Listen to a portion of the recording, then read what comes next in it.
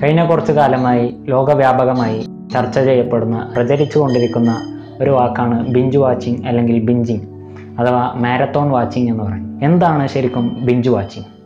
ബിഞ്ച് watching എന്നുള്ള വേർഡിൻ്റെ meaning എന്ന് പറയുന്നത് ഒരു സീരീസിൻ്റെ അല്ലെങ്കിൽ TV പ്രോഗ്രാമിൻ്റെ തുടർച്ചയായ 6-7 എപ്പിസോഡ് ഇടപെടാതെ കാണുന്നതിനെയാണ് ബിഞ്ച് വാച്ചിങ് എന്ന് പറയുന്നത്.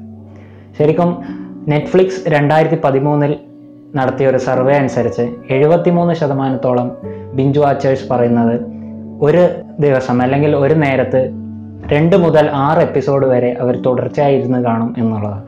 ആഗോള വമ്പന്മാരായ നെറ്റ്ഫ്ലിക്സും ആമസോൺ പ്രൈമും ഇന്ത്യയിൽ വിലസിക്കൊണ്ടിരിക്കുന്ന കാലമാണിത്.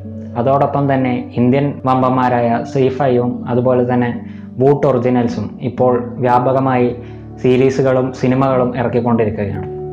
ഇത്തരം OTT പ്ലാറ്റ്ഫോമുകളുടെ കടന്നുവരവ് മൂലം അന്യഭാഷാ ചിത്രങ്ങളും സീരീസുകളും കാണുന്ന പ്രേക്ഷകരുടെ എണ്ണം വർദ്ധിച്ചു വരികയാണ്. ഞങ്ങൾക്കിഷ്ടപ്പെട്ട, നിങ്ങൾ കാണണമെന്ന് ഞങ്ങൾ ആഗ്രഹിക്കുന്ന സിനിമകൾ, സീരീസുകൾ, ഡോക്യുമെൻ്ററികൾ നിങ്ങളെ പരിചയപ്പെടുത്താനാണ് ഈ സെഗ്മെൻറ്റ്. ഞാൻ റിസ്വാൻ. Welcome to it's ബിഞ്ചിങ്.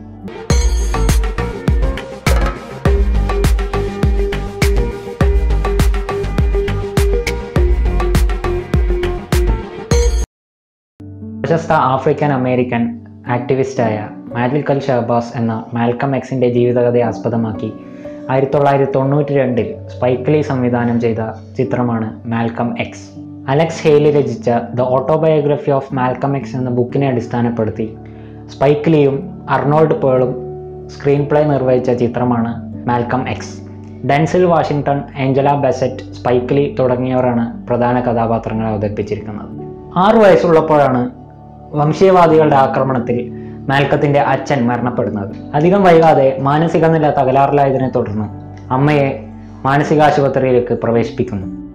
ആരാകാനാണ് താല്പര്യമെന്ന ചോദ്യത്തിന് മാൽക്കം ഉത്തരം നൽകുന്നത് തനിക്ക് അഭിഭാഷകനാകണമെന്നാണ്. എന്നാൽ ഒരു കറുത്ത വർഗ്ഗക്കാരൻ അഭിഭാഷകനാകുന്നത് യുക്തിക്ക് നിരക്കാത്തത് എന്നതായിരുന്നു ടീച്ചറുടെ മറുപടി. അതോടെ പഠനം നിർത്തി മോഷണം, മയക്കുമരുന്ന് ഉപയോഗം എന്നിവയിലേക്ക് മാൽക്കം കടക്കുന്നു. ഒരു കവർച്ചാ കുറ്റത്തിന് മാൽക്കം ജയിലിൽ അടയ്ക്കപ്പെടുന്നു. തൻ്റെ ജയിൽവാസത്തിനിടയിൽ നേഷൻ ഓഫ് ഇസ്ലാം എന്ന് പറയുന്ന സംഘടനയുടെ നേതാവായ എൽജ മുഹമ്മദിനെ മാൽക്കം പരിചയപ്പെടുന്നു. തുടർന്ന് ഇസ്ലാമിനെക്കുറിച്ചും അതിൻ്റെ കാഴ്ചപ്പാടുകളെക്കുറിച്ചും മാൽക്കം മനസ്സിലാക്കുന്നു.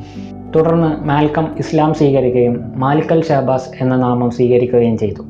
6 വർഷത്തോളം ജയിലിൽ കഴിഞ്ഞ മാൽക്കം അതിനുശേഷം നേഷൻ ഓഫ് ഇസ്ലാമിൻ്റെ പ്രമുഖ നേതാക്കളിൽ ഒരാളായി മാറി. 1964 മാൽക്കം മക്ക സന്ദർശിക്കുകയും ഹജ്ജ് നിർവഹിക്കുകയും ചെയ്യുന്നു. തൻ്റെ തിരിച്ചുവരവിൽ നേഷൻ ഓഫ് ഇസ്ലാമിൽ അദ്ദേഹത്തിന് വിശ്വാസം നഷ്ടപ്പെടുകയും തുടർന്ന് യൂണിറ്റി ഓഫ് ആഫ്രിക്കൻ അമേരിക്കൻ എന്ന സംഘടന രൂപീകരിക്കുകയും ചെയ്യുന്നു. ഇതുമൂലം നേഷൻ ഓഫ് ഇസ്ലാമിൽ നിന്ന് അദ്ദേഹത്തെ പുറത്താക്കുകയാണ് ഉണ്ടായത്. ഇതേ തുടർന്ന് 1965 കാലഘട്ടത്തിൽ അദ്ദേഹത്തിൻ്റെ വീടിന് നേരെ ബോംബാക്രമണം ഉണ്ടാകുന്നു. 1965 ഫെബ്രുവരി 21 അദ്ദേഹത്തിൻ്റെ അവസാനത്തെ പ്രസംഗത്തിനിടയിൽ നേഷൻ ഓഫ് ഇസ്ലാമിൻ്റെ പ്രവർത്തകർ അദ്ദേഹത്തെ വെടിയുതിർക്കുന്നു. തൽക്ഷണം അദ്ദേഹം മരണപ്പെടുകയാണ് ഉണ്ടായത്. സിനിമ അവസാനിക്കുന്നത് മാൽക്കമിൻ്റെ മരണാനന്തര ദൃശ്യങ്ങൾ കാണിച്ചുകൊണ്ടാണ്. Martin Luther King, Nelson Mandela തുടങ്ങിയ പ്രമുഖർ അദ്ദേഹത്തിൻ്റെ സ്പീച്ചുകൾ കോട്ട് ചെയ്യുന്നു. അതോടൊപ്പം അദ്ദേഹത്തിന് വേണ്ടി സ്പീച്ചുകൾ തയ്യാറാക്കുന്നു. ഡെൻസിൽ വാഷിങ്ടൺ ആണ് മാൽക്കമിൻ്റെ കഥാപാത്രത്തെ അവതരിപ്പിച്ചിരിക്കുന്നത്. അദ്ദേഹത്തിൻ്റെ അവതരണത്തിന് ആ വർഷത്തെ ഓസ്കാർ നോമിനേഷൻ ലഭിക്കുകയുണ്ടായി. മികച്ച കലാമൂല്യവും കാലിക പ്രസക്തിയും എന്ന നിലയിൽ ചിത്രം 2010 US നാഷണൽ ഫിലിം രജിസ്ട്രിയിൽ തിരഞ്ഞെടുക്കപ്പെട്ടു. വെളുപ്പ് സമാധാനത്തിൻ്റെയും കറുപ്പ് അശാന്തിയുടെയും പ്രതീകമായി ഉപയോഗിക്കുന്നിടത്തോളം കാലം വംശീയത അവസാനിക്കുകയില്ല. മംഗല്യത്തിന് വെളുത്ത വസ്ത്രങ്ങളും ദുഃഖസൂചകമായി കറുത്ത തൂവാലയും ഉപയോഗിക്കുന്നിടത്തോളം കാലം വംശീയത അതിൻ്റെ പാരമ്യതയിൽ നിൽക്കുക തന്നെ ചെയ്യും. ബ്ലാക്ക് മണിയും ബ്ലാക്ക് ലിസ്റ്റും ബ്ലാക്ക് മാർക്കും നെഗറ്റീവ് അർത്ഥം കൈയാളുന്ന കാലത്തോളം വംശീയത അവസാനിക്കുമെന്ന് പ്രത്യാശിക്കാനാവുകയില്ല.